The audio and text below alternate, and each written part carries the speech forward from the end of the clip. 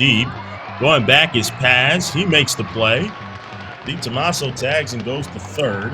After it, and De La Rosa has a chance to go to third here.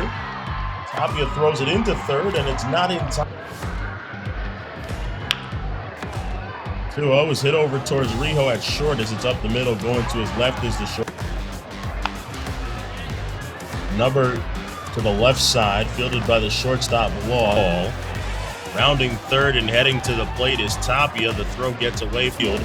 Runners coming to the plate. The throw by De La Rosa. Ground ball up the middle. Well placed is the shortstop. Pitch bounced over towards third. Cash up with it. Arms. Pino hits this one in the air to right field. Paz is over there. See if they tag and send the runner. They do.